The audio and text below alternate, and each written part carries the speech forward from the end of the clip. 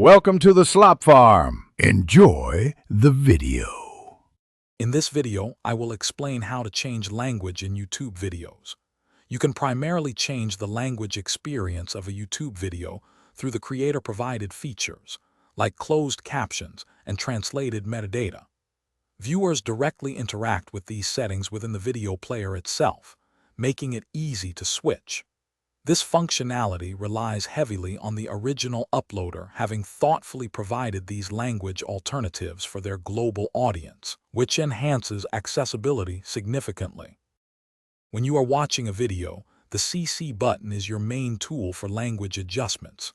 Clicking this icon allows you to select from various subtitle or closed caption options if the creator has provided them.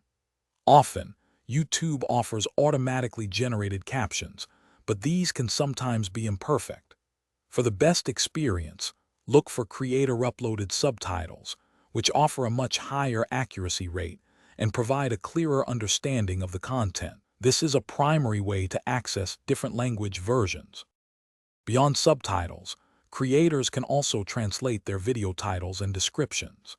This means when you set your YouTube interface to, say, Spanish or French, you might see the video title and description automatically displayed in that language, provided the creator added the translation.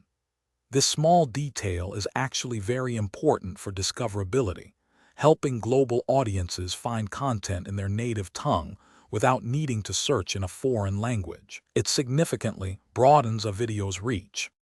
It is crucial to understand that the only way to change a video's spoken language really comes down to the original creator. YouTube does not currently offer an automatic real-time audio translation for viewers. Some advanced creators might upload multiple audio tracks, which you can select in the settings, but this is less common. Therefore, for most videos, your options for language adjustments are primarily limited to the provided subtitles, closed captions, and translated textual information. Always check the video settings first. Thanks for watching. Consider subscribing if we helped you today.